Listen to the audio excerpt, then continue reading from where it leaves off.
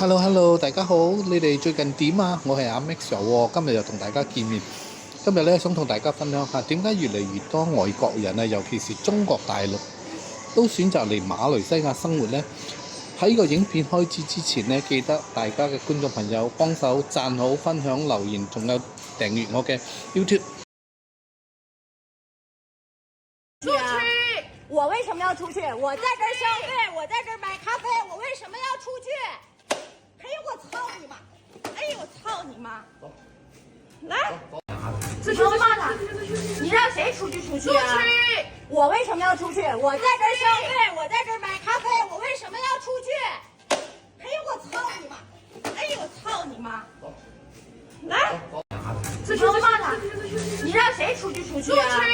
我為什麼要出去？我在這兒消費，我在這兒買咖啡，我為什麼要出去？哎呦我操你媽！哎呦我操你媽！